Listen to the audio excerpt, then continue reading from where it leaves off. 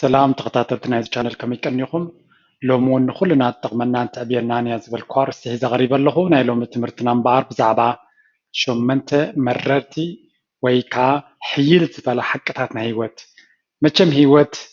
قلال كم زي كونت ويكا بحنت من قد خيركا تعوت لان توصان كم زي كونت كلنا أب تمكرنا هيوتنا رينا يزلنا نديو سلازي بزح غزي أونتاوت حساسبا ጽቡቕ ኣተሓሳስባ ናብ ጽቡቕ መንገዲ ክወስደና እኳ ይኽእል እንተኾነ ሓደ ግዜ ግን ሂወት ከም ዘላታ ምፍላጣን ምቕባላን ኣገዳስን ኣድላይን ኮይኑ ይርከብ ምክንያቱ ነዚ ነገራት ነዚ ሓቅታት ናይ ሂወት ዋላ እኳ መረርቲ እንተኾኑ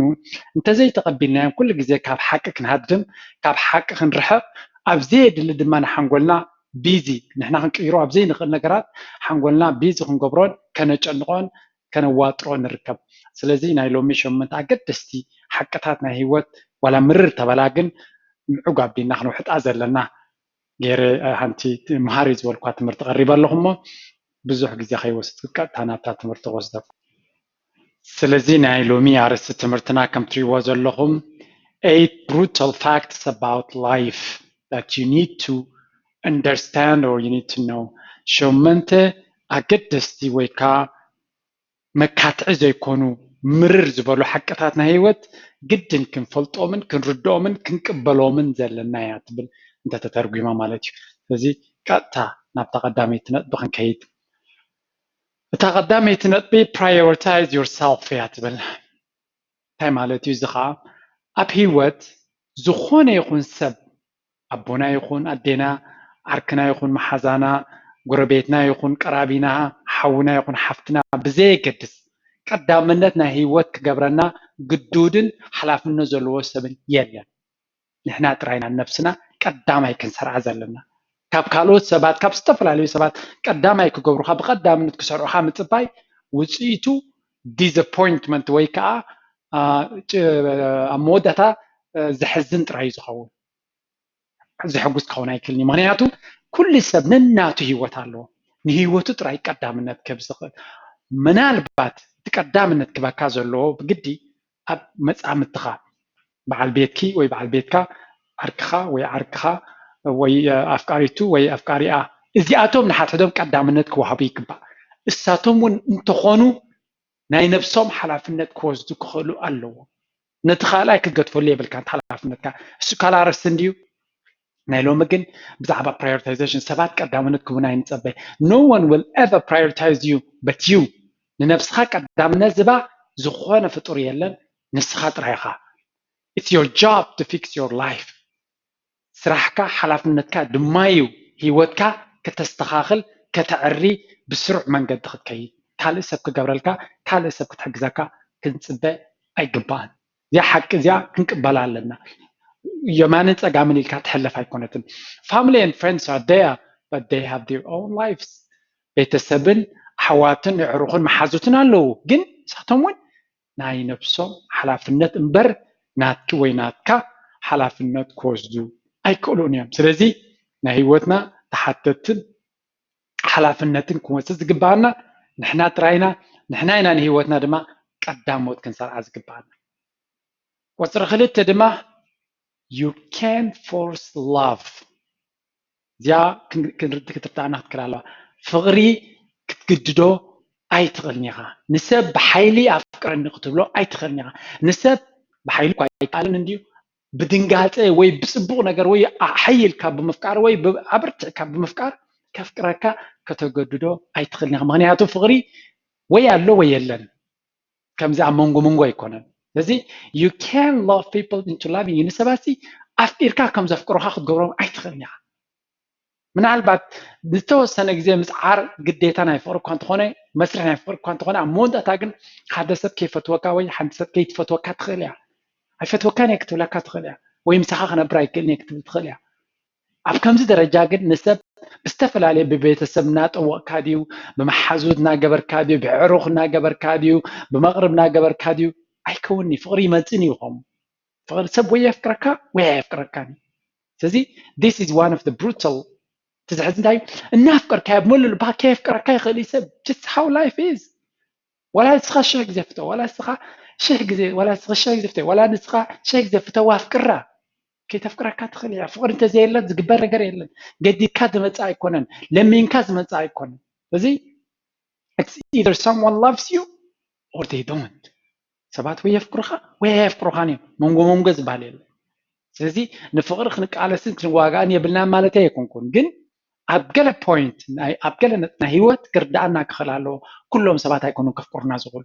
ሰባት ከይፍቅሩና ይኽእሉ እዮም ንዓና ዝኾኑ ዋላ ፐርፌክት ንዓና ዝኾኑ ይምሰሉና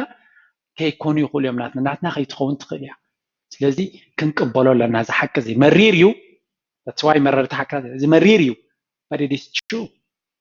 ዋላ ሻ ግዜ መሪር ይኹን حكي ولا شيء جزين نهيوتك بزح مبتعات تسفاتات زنبرك كون yeah it can happen كقاتم سلازغل كتقبلو ترايز لك نتحق خطم زوزو كتحاويه كاو مهدام ولا حنت وصيت يبلو دخامن غزي مبخان ترايزو you have to accept this مريريو كنقبلو كنكل علنا وتر ثلاثه we've got to accept reality حقتاتنا هيوت ما نقبلهم علنا انتهيهم كزوم حقتات هيوت حدا خابو there is always going to be someone who is more smart attractive funnier intelligent than you تمالتيو ابي وسي كندمنتاي نفعيخا كندمنتاي صبقتيخ كندمنتاي صبقيخا كندمنتاي حياليخا كندمنتاي حياليخ كاباخا زنفع كلي كاباخا زصبق كلي كاباخا زحيل كلي كاباخا زقلطف كاباخا ግርማ ዘሎ ካባኻ ሓይልን ጸጋታት ዘለዎም ክህሉ ዝቅበል ጌርካ ሰብ ሽዕ ግዜ ኣነ ዝበለጽኩ ንሕና ክንብል እንተለና ኢለ ኣብ ካል ትምህርትና ነፍስና ብልጽ ኢና እንተበልና ቀዳማይ ምስ ሰባት ክንወዳደር ኣይግባእን እንተ ከነወዳድራ ኮይና ነፍስና ግን ናይ ግድን ክርዳና ዘሎ ሓቂ ካባና ዝበልጽ ሰብ ኣሎ ብኩሉ መለክዕታት ካባና ዝበልጽ ሰብ ኣሎ እዚ ክንቅበሎ ኣለና ካብ ነፍስና ክንሃድም የብልና እቲ ዝበለጽ እንታይ እዩ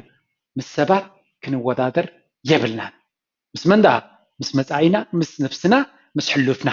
ካብ ትማሊ ክበልጽ ኣለኒ ካብ ዝሓለፍኩ ክበልጽ ኣለኒ ክሕይል ኣለኒ ክጥዕለኒ ክፈልጥ ኣለኒ ክጽብቕ ኣለኒ I don't know you can say whatever you want ብዛዕባ ነፍስኻ ምክንያቱ ምስ ነፍስኻ እንተ ተወዳዲርካ ክትዕሪድ ክትዓብን ክትመሓየሽን ስለ ትፍትን ዘለኻ ጽቡቕ እዩ እንተኾነ ምስ ካልኦት ሰባት ከተወዳድራ ተጀሚርካ ህይወትካ ኩሉ ግዜ ካብ ዝተወሰኑ ሰባት ክትበልጽ ትኽእል ኢኻ ካብ ዝተወሰኑ ሰባት ኣብ ከባቢኻ ዘለዉ ክትጽብቕን ከተብልን ትኽእል ኢኻ ካባኻ ዝበልጹ ካባኻ ዝበልጽ ካባኻ ዝትሕይል ካባኻ ዝሕይል ካባኻ ዝፈልጥ ግን ኣሎ ዝኽዳና ኣሎ እዚ ስለ ዘጋጠመና ጸርጸር ክንብል ኣይግባእን number 4 ቁጥር 4 silence is gold ትም ምባል ወርቂ ወይ ክቡር ነገር እዩ እንታይ ማለት እዩ silence is gold it will help you know and listen to yourself ሓደ ግዜ ትም ምባል ኣድላይን ኣገዳስን እዩ ምክንያቱ ንነፍስኻ ፅጥ ኢልካ ክትሰምዕ ምስ ነፍስኻ ክትዕልል ልዕሊ ኩሉ ድማ ክትፈልጥ ዕድል ስለ ዝህባካ ኣብ ጉባኤ ኣብ እኩብ ሰብ ትም ኢልና ክንሰምዕ ንድሕሪ ኢልና እንተወሓደ ንእሽተይ ነገር እውን ኣብ ሓንጎልና ክንውስኽ ንኽእል ድሕሪ ክንዛረብ ጥራይና ንህወኽ እንተኮይና ክንዛረብ ከለና ክርዳእና ዘሎ ሓደ ነገር እዩ ነቲ ንፈልጦ ኢና ንግር ዘለና ክንዛረብ የብልና ሪኢቶና ክንገልጽ የብልና ማለት ኣይኮንኩም ኣይትኾም ይትጋገዩ ሰብ ርእይቱ ክኽእል ኣለዎ ርእይቱ ዝህብ ሰብ ከዓ ርእሰ ምትእምማን ዘለዎ ዋላ ጌጋ ይኹን ተሓሳቡ ግን ዝተኣማመን ኣብ ነፍሲ እዩ ሙሉእ ነቲ ኣኼባ ብሙሉእ ክትቋፀሮ 10 ግዜ ክትዛረብ ዝለውሕ ግዜ ክትዛረብ ግን ምስ ልቦና ዘተሓዝ የብሉ ናብ ዕሽነት እዩ ዝወስደካ ናብ ዘይፍልጠት ናብ ዘይምርዳእ እዩ ዝወስደካ ምክንያቱ ማዕረቲ ክትዛረቦ ዘለካ ክትሰምዕ ከም ዘለካ እውን ተፈጥሮና ነስተብለሉ ክልተ እዝኒ ክልተ ዓይኒ ኣለና ሓንቲ ኣፍ ግን ኣላትና ሓንቲ ልሳን ስለምንታይ እዩ ብዙሕ ክንርኢ ብዙሕ ክንሰምዕ ፍልጠት ካብ ምርኣይ ካብ ምስማዕ ስለ ዝኾነ ዝያዳ ክንፈልጥ ተኮይና ነዚኦም ከዋህልሉልና ዝኽእሉ ክዕዘቡልና ዝኽእሉ ኣብ ስራሕ ክንፀምዶም ኣለና ነቲ ፍልጠትና ዝገልጽ ኣፍና ግን ክንቁጥብ ኣለና ስለዚ ኣምላኽ ዝቀደም ሓንቲ ብዙሕ ብምዝራብ የድልየና ነይሩ እንተዝኸውን ክልተ ኣፍ መሃበና ሓንቲ እዝኒ ሓንቲ ዓይኒ ድማ መሃበና ስለዚ እቲ ተፈጥሮ እውን ነዚ ሓቅነት እዚ ንኸጉልሕ ኢሉ ዝተገበረ እዩ ስለዚ ኩሉ ግዜ ክዛረብ ኣለኒ ርእይቶይ ከንውሕ ኣለኒ ከምኡ ይኮነን استو يكون انت بقعت كازن صبارق ثلاثه زارب كاي يكون كان بقعت تخون وي بزح سلاز مدر كاي يكون بزح سلاز سمع كان بشي لبام تقصر جن حدا جزي ابتدى جزي ريتو خاطبن كتجلص جن اقداسي that's why the mat تا كومنت بذكر دانا تلو قال not everyone wants to hear everything you have to say بزعبه نفس وقف نبي نسخات بلو ريتو كل السب ناتكا خسمع دليت يبلو ناتكا ريتو ناتكا نسخات راي كتزارب زعبه زخون عرسي سبع يفتني مغنياتو انت بزح كاي سمتك ولا كاي شرب ولا كاي تنبل يا اغلكا كوف بالك تبهلها فزي الزخي متى كي توارد كخلق انت تقبر لك تنقق إلك لسانك تقعاتر نتيوم كخبروها زقولو أزان كان يعين تخانقن أبرتو إسرح كتوم كتكل لك مغنياتو كان مسمع حدش نجار كتسمع تخل حدش نجار كتمهار تخل كان مرأي دما كوم حدش نجارات كتزب كتمرامر كتفلت تخل مالك سلازي وعد نزارب بزح نسمع بزح نتعذب بزح ننبب قصر حمش نخيد قصر حمش شغال يا بفلاي عندك نستيو عندك سبعة يوم تملكتها you're not fat ما بتحتنا بفلاي بزمع بلا على مسق مسب بقرصو بتاع ميزة حمم عسرت زي مستياتنا غدا ميزاننا تسغلب بفلاي دك نستيونا فلتينا يس كرسنا خنحلو لنا هذا absolutely نفسنا خنحلو لنا سلام انتاي كنت صبغي لا ترى ديكون اسنو صبغ ندي اننا ابو زياده اذا اكلاتنا زنريد لنا نسي تشكي من الناس غي حنقولنا ولا شيء زي جينيوس يقول فلو يقول اذا اكلاتنا انت زي تعيو أكتعني سزي نزحنت مسارحنا هيوتنا كنا خنلا كن كباخبا تصبقوا خنجبرلا جبونا تراجع كنا قديتنا انت خنا جن حدا نتا أكلات كابز قول له جزية سجمت وسط كتعريه فتن زي تجبرت خنا جن عسرت جزية نفس خنا نقفك رجويته ججيفه كذا خينه كاتينه نابلك عسرت جزية مسكور قعر ترجمي يقولون كلاي دما رجويت تلغى سلزغات أنك سبات كفتوغي يكونون ويكفتوغي يكونون فلوي أقالوا بكر كبير كاي تحسب نتعناها قون سلزغون نمبر زبات حق زين فلط أينا قومنا مستغخان نخالو سبات نسحاب النزب الإعلامات سلزلوي السترة يكون يقبان السترة ينتعرق خوينة إعلامها كل جزين تاي تجمعله بنفسها عقب يتخلنها مغنياته أقطر سلسة كابخات سبق على إنستغرام سلزلا تسأجم كلام مسكبابي خطر يتولدنا كلامه مسموله عالمي خطولده إنستغرام زز مسألة بستفعل عليه فلتر استقام مسألة بستفعل عليه فوتوشوب استقنا برسألة نايسبات ناراها نفسها كتقنات بن لنفسها كتكعبن كاب نفسها تهدمن بنفسها كيتعقبن سلز جدا دلها الزي معربي كركبو مكتي كركبو يقبع سلزي حدا ومنانا كرسنا أكلاتنا كنحلو حلافنتنا يو قديتنا يو انت خونه بنفسنا كنعقب دمان لنا كل زي نفسي كسخاخلو زخم زخونا للكام مستيات مس نفسها مقزامن زي محقواسن ترفي يبلون سلازي اتزلكا نغرات كتعريفتن بتزلكا ولا خصاب زي تعريك تحقوس كتكلالكا عسرتك زي مسكالو نا تورادركا منالبات رغوات لخمس قطن كفلو يا غالبو ترغب خي مسلكم عاد قطن تلوا تقطعنا ما مسرغوتتكم وين تسبكم بتودي سلازي اب نفسنا زلنا الرايه نفسنا خنقبل لنا زقبا متعراين تلو خنعري لنا كاو وصايغنا 10 جزي مس نفس خمس قالوتنا ورادركا كጭنقن بنفسها ختصقرقرن ايقبان جيجا دماني قطر شدشته friends matter يعروخ محازوت يقدسو كل جزيات تدقم زانت بزي قدس اب هيوتكا انت عينت بلانات لك انت عينت وصيت كتقبري خدلي انت عينت هيوتي خدقبر دلي بزي سب ايكوني سب كله كله we are social animals نا حبار نبر بحبار زنبر انسساتاتنا نحن فطرنا كوميو جينيتكس ناتنا كوميو بيننا نحقوسنا تزحقو زينا انت مزيكا نابتون فتو تاخدو لي خطواخ وين نابتا زقربك كسب نابو كتبسر مغنياتو حقوسنا مسب كنا كافلو غلنا يزيد زعبي بيننا سمينا اوكي يا تحقوس يقنا اوف كورس كن ابينا كانت تعبيتو تحقوس ملو ايكونن ناب كالك سجر كله زياده نخالوت يحقوسنا اخرما زياده حقوس نحبنا نسمع كمال ስለዚህ نزل نخنقبر نحقوسنا زحقوسلو نحزنا زحزنولو لك عجا حقوس راي زرب صنه افما كغاطمنا خلو برغص سبيد لينا معناته حد ግዜ ሽግራት ፀገማት በይንኻ ክትሰግሮ ከበቲ ስለ ዝኾነ ስለዚ ንقربومن ዝقربونان نحاليلومن زحاليولنا ኣብ ፀገምና ምሳና ኣብ ረሃዋና ምሳና ዝኾኑ ይዕርቑን መሓዙትን መሰረታዊ ኣገዳሲ ነገር እዩ ልክዕ ከምቲ መግብን ማይን እዩ ስለዚ ፍሬንድሽፕ is very important እዚ ካብ ኮነ ኸ እንታይ ዓይነት ሰብ የድልየና ምስ ኣካይዳና ምስ ኣተሓሳስባና ዝኸዱ ከም ናትና ጉዕዞ ሂወት ዘለዎ ካብ ናትና values ከም ናትና ክብርታት ዘይወፁ ምክንያቱ ኣብ መወዳእታ tell me your friends I'll tell you your future ይብሉ መሓዙትካ ንዕሩኽካ ንገረኒ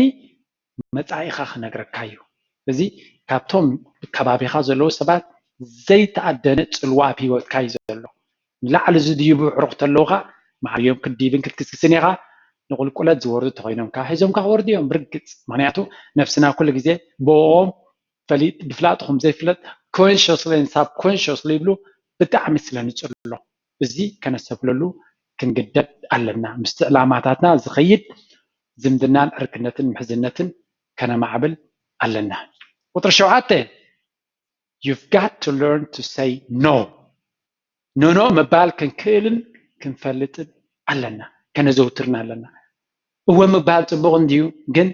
ንኩሉ ሰብ እወ ክትብል ኣይትኽእልን ኢኻ ሓደ ውሱን ግዜ ዘለካ 24 ሰዓት ዘለካ ስለዚ ዝተወሰነ ነገራት ኢኻ እወ ኢልካ ክትገብር ትኽእል ከተተግብር ማለት እዩ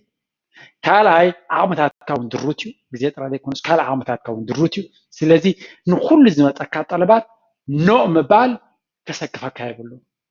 ቀዳምነታት ክትብ ኣለካ መን እወ ክበሃል ኣሎ መን ኖ ክበሃል ኣሎ ክትፈልጥ ክትክእል ኣለካ እቶም ኣዝዮም ዕዉታት ኣብ ሂወት ብዙሕ ግዜ ኖ እዮም ዝብሉ ምክንያቱ ግዜኦም ናበይ ክኸይድ ኣለዎ ስለ ዝፈልጡ ኣብ መወዳእታ ንሰባት ክንሕግዝ እኳ ግዴታና እንተኾነ ሓላፍነትና ግን ምንታይ እዩ ነፍስና እዩ ሓላፍነትና ንሕና ኢና ንነፍስና ሓላፍነት ክንወስደላ ኣለና ዝግባኣ ክንገብረላ ኣለና ንስ ኩሉ እወ እናበለ ዝነብር ቀዳማይ ንመን ኖ እናበለ ዝነብር ንነፍሱ ትኽክል ንነፍሱ ኖ እናበለ ንኻልኦት እወ ክብል ፍትን እዚ ሰብ እዚ ኸ ይቀልጥፍ ይደንጉ ክወድቕ ምዃኑ ክህሰ ምዃኑ ርግፀኛ እዩ ምክንያቱ ኩሉ ግዜ እወ እናበለ ክነብር ውፅኢት ከምፅእ ዝኽእል ሰብ የለን ካልኣይ ድማ ኖ ኢልካ ንኩሉ ከተተግብር ምፍታንካ ኣብ መወዳእታ ንብዙሓት ሰባት እውን ኣይከተተግብረሎም ኢኻ ምክንያቱ ግዜ ይብልካ ዘዝሓተተካ ሕራይ ትብል ነይረ ኮይንካ ከተተግብሮ ግዜ ይብልካ ስለዚ እንታይ ክትገብር ኢኻ ቃልካ ክትሕሉ ይኮንካን ቃልካ ስለዘይሓለካ ድማ ንስኻ ክትሕጎስ ኣይኮንካን ስለዘይተግበርካዮ ማለት እዩ እቶም ሰባት ድማ ምስኦም ክሕጎሱ ይኮኑን እሞ ነቲ ዝምድናኻ ብኣሉታ ክፀልዩ ስለዚ ካብ መጀመርያ ዘይትገብሮ ክገብሮ እየ ዘይምባል ምክንያቱ ስትረስ ኢኻ ሂወትካ ተምፅእ ዘለኻ ኣነ ዘጋጥመኒ ሕጂ ብዙሕ ግዜ ክትፍትን እንዲኻ ትሕግስ ዘሊ ኖ ኣብ ሕብረተሰብና ኔጌቲቭ ኣረዳድኣኒ ዘለዋ ግን ኖ ክትብል ትክእል ኣለካ ግዜ እንተዘይብልካ ዘይከኣል እንተኮይኑ ዋላ ከቢድ ይኹን ዋላ ሳዕቤን ይሃልዎ ኖ ክትብል ክትክእል ኣለካ ናይ ሽዑ ሳዕቤን ትሕሸካ ካብ ንሰባት ተስፋ ሂብካ ክትጠልሞም ስለዚ ኖ ምባል ብግዲ እዩ ዘድሊ alright ስለዚ ኖ is important for your health life ንሓደ ሕጉስን ጥዑይን ሂወት ኖ ምባል ኣገዳሲ ባእታ ኮይኑ ይርከብ ቁጥሪ 8 money matter ገንዘብ ኣገዳሲ እዩ ብዘይ ገድስ ኣብ ገንዘብ እንታይ ዓይነት ርዲት ኣለና ገንዘብ ናይ ሸይጣን መሳርሒ እዩ ዲያብሎስ ዘምፅኦ ነገር እዩ ናይ ዓለም መሳርሒ you can say whatever you want ብዛዕባ ገንዘብ ዝተፈላለየ ዘረባታት ክትድርቢ ትኽእል ኢኻ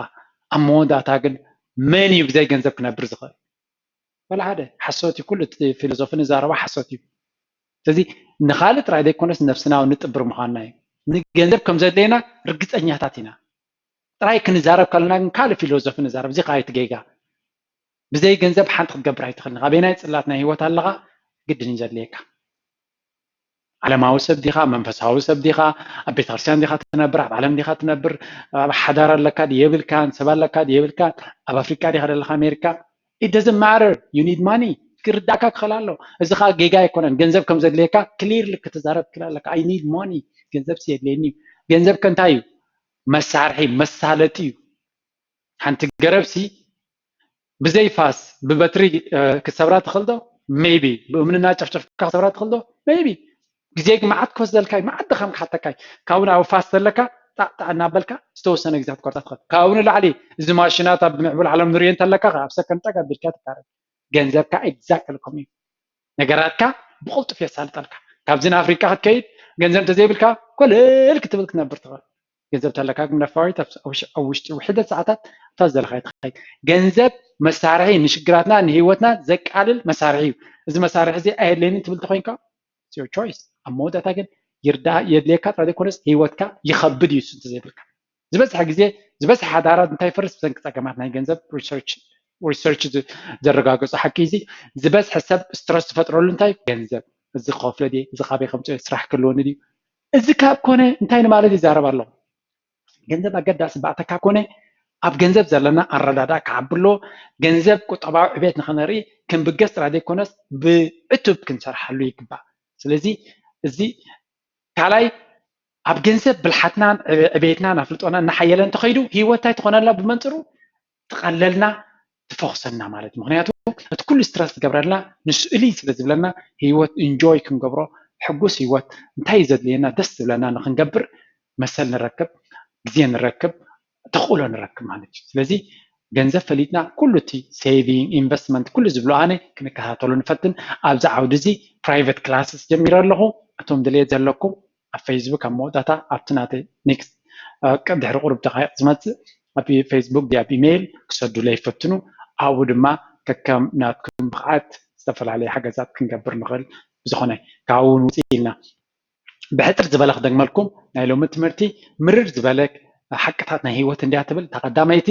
ማንም ሰብ ቀዳምነት ክሰርዓካ ግዱድ ኣይኮነን ሓላፍነት እውን የብሉን ስለምንታይ ቀዳምነት ነብስካ እስኻ ጥራይካ ትሰርዓ እቶም ካልኦት ሰባት ናይ ሂወቶም ቀዳምነታት ስለ ዘለዎም ንኣሕዋትካ ንቤተሰብካ ክትፃረፍን ክትናኣስን ክትጭነቕን ኣይትንበር ቀዳምነት ክቡካ ይክእሉን እዮም ሲምፕሊ ቢካዝ they have their own life ንሂወቶም እዮም ቀዳምነት ክቡ ዘለዎም ንዓኻ ይኮኑን ንዓኺ ይኮኑን እዚ ክርዳና ኣለዎ እዚ ሓቂ እዩ ሓቂ ናይ ሂወት ንምንታይ ኣይፈትውና ብዘይገድስ sorry handsab back ካልይቲ you cannot force love ክንምንታይ ጽቡቕ ነገር ጌርካ ክንምንታይ ሓለፋ ጌርካ ልሰብ ክንምንታይ ካብ ኣፍሪቃ ዲኻ ምጽኻዮ ካብ ኤርትራ ዲኻ ገንዘብ ካምጽኻዮ ኣምጽኻያ ብዘይገድስ ፍቅሪ ክትገጾ ይትኽእልኒ ኣይግዛእኒ ፍቅሪ it doesn't matter ክንምንታይ ሓለፋ ጌርካሉ ሓቂ እዚ መሪር ይርዳእኒ እዚ ኩሉ ወፍሪ ገይረ እዚ ኩሉ ጻዕሪ ገይረ እዚ ኩሉ ከምዚ ገይረ ክትብል ትኽእል ኢኻ ፍቅሪ ግን ገንዘብ ኣይግዛእኒ ይጸገምስ እዩ ወላ ተሰብ ከፍቅረካ ይደልኾ ግን የለን ኣብ ልባ ወይ የለኻ ናብ ልባ ስለዚ የለኻ ነዚ ፍቅሪ ክተመልስ ኢልካ ሓደ ክትምን ድንጋፅታት ዘይተኣደነ ነገራት ክገብር ምፍታን ግዜ ምብኻን ጥራይ ዝኸውን ሳልሳይ ኣብ ሂወት ካባና ካባኺ ዝበልፁ ዝፅቡቑ ዝሕይሉ ዝነፍዑ ኣለዉ ብዘይገድስ ነብስኻ ተወዳደረ ተጀሚርካ ካባኻ ዝሕይል ዝበልፅ ኩሉ ግዜ ከጋጥመካ ካብ ኩሉ ሰብ ተሓምቕ ማለት ኣይኮንኩን ግን ካብ ኩሉ ክበልፅ ኢልካ ምሕሳብ ጌጋ እዩ ምክንያቱ ካብ ሰብ ካባኻ ዝበልፅ ሰብ ኣሎ ቁጥር 4 silence is gold ኩሉ ግዜ ክትዛረብ ኣለካ ማለት ኣይኮነን ስቕ ምባል ልቦና እዩ ስቕታ ክንፈልጥ ኣለና ክንሰምዕ ክንክእል ኣለና ክንዕዘብ ክንክእል ኣለና ዝበዝሐ እውነት ሕልፎ ግዜና ሽዑ ቁርብካ ርእቶና ክንገልጽካ ብቅዓት ክህልወና ይኽእል ብቁዕ ርእቶኻ ክንህብ ንኽእል ማለት እዩ እንደገና ኩሉ ሰብ ኣይኮነን ናትካ ርእቶ ክሰምዕ ዝደሊ ቁጥሪ 5 ነፍስኻ ምንኣስ ክንገድፎ ከነቋርፆ ኣለና ምክንያቱ ረጉድ ኢልካ ትጭነቕ ኮይንካ ሜቢ ረጉድ ኣይኮንካን የስ ረጉድ እንድሕር ኮይንካ ወይ ረጓት ኮይንካ ከተጉድሉ የፈትን ስፖርት ግበር ስጉምቲ ውሰዲ 10 ግዜ ነፍስኻ ስትረስ ምግባር ወይካ ኔጌቲቭ ዛዕባ ነፍስኻ ምዝራብ ግን ትርጉም የብሉን ካልኣይካ እንተቐጢንካ ወይ እንተዓቢርካ ሰባት ክፈትውካ ከይመስለካ ኖ ኣይግድሱን እዮም ሰባት ንዓኻ ጥራይ ተገድስ እምበር ንካልኦት ሰባት ኣይኮንና ገዳሲ ስለዚ ሓደ ነፍስኻ ኣይተወዳድር ካልኣይ ነቲ ቅኑዕ ዝበልካያ ስጉምቲ ኣብ ምሕሳብን ኣብ ወረን ዘይኮነስ ብተግባር ትገብሮ ፈትን ሻቻይ يعرخون محازوتن لمانم أقدست يوم سلزي أبي ودنا كسب أقدست زخانو بلوساتن تعياتن يعرخون محازوت كانت رنفتن نحناون بلوسات عينت محازوت يعرخ كنكون نسعر زيادة نسعر هنا معناته نحنا بتكبرنا نخالو السبات كنت أقول سلنا شاب أيتي نونو مبال نخال كل جزء حراي أي كلمة سيمبلي أي كلمة سلزي نزجبو حراي نزجبو جن نو مبال ልቦና እምበር ድኻምነት ኣይኮነን ናይ መወዳእታ ድማ ገንዘብ ኣብ ሂወትና ኣገዳሲ እዩ ኣብናይ ክፋልና ሂወት ኣለና ገንዘብ ክንሕዝ ክንብገስ ክንክእል ኣለና ብሃንደበት ክሓልፈልና ይንፀበ ፕላን ጌርና ባጀት ጌርና ኣገባብ ጌርና ካብ ሳንቲም ከነዋልድን ብዓቕምና ዘድልየና ጥራይና ገዛና ገንዘብ ከነጠራቅም ንፈትን ስደተኛታት ስለ ዝኾና መወዳእታ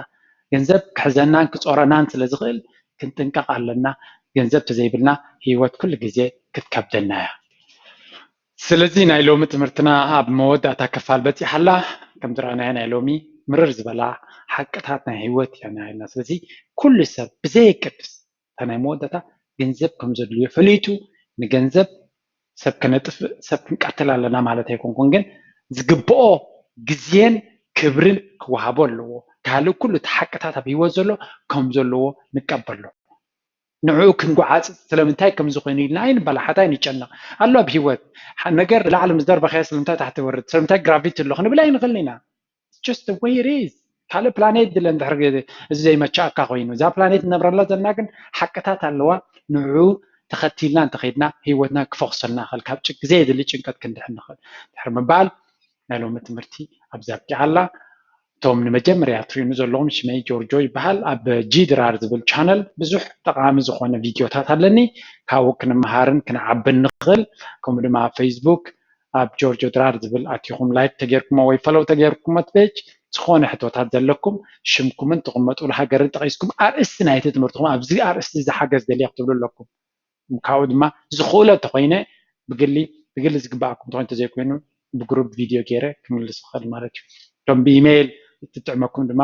ኣብዚኣ ኢሜይል እዚኣ ክሰዱለይ ትኽእሉ ከም ወትሩ እቶም ኮሜንት ትገብሩ ኣብቲ ቪድዮታት ይኸንየለይ ክብረት ይሃበለይ ከምኡ ጌርኩም ርእይቶኹም ግለፁ ሓሳብኩም ግለፁ ኣነ ድማ ኩሉ 99% ይርዮ ተደይበልኩ ብዙሕ ካብኡ ይርየ ኣገዳሲ ድማ ካብኡ ትወስድ ቀሪበ ድማ ምስቲ ኮሜንት ዝመፅእ ምስቲ መሰጅ ዝመፅእ ሓዊሰ ቪድዮ ካብኡ ተበጊሰ ዝገብር ምክንያቱ ሽግራት ናይ ሰባት መፍታሕን ምሕጋዝን ስለ ዝኾነ እቲ ዕላማ ካብ ሽግራትኩም ተተበገስካ እቲ ዝበለፀ ኮይኑ ስለ ዝረኸብኮ ማለት እዩ